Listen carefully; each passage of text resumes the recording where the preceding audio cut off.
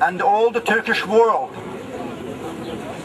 to ask that China to stop killings and grant the rights, human rights, national rights for the Uighurs and the peoples of the East Turkestan.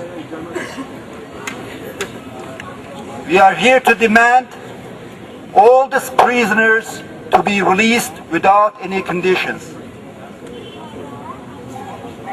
For us, it is easy to sympathize for our brothers and sisters as our own people in South Azerbaijan under Iranian regime suffers immensely. In 2006, there was a march of 1 million Azerbaijanis in the city of Tabriz. And since then, thousands has been arrested, tortured, and a few has been killed.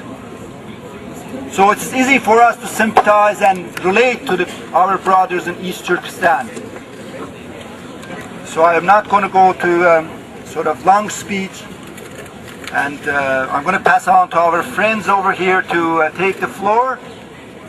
We are here to support them, and we are going to be with them to the end. So please respect human rights, all the governments all over the world. Thank you. Thank you. Thank you.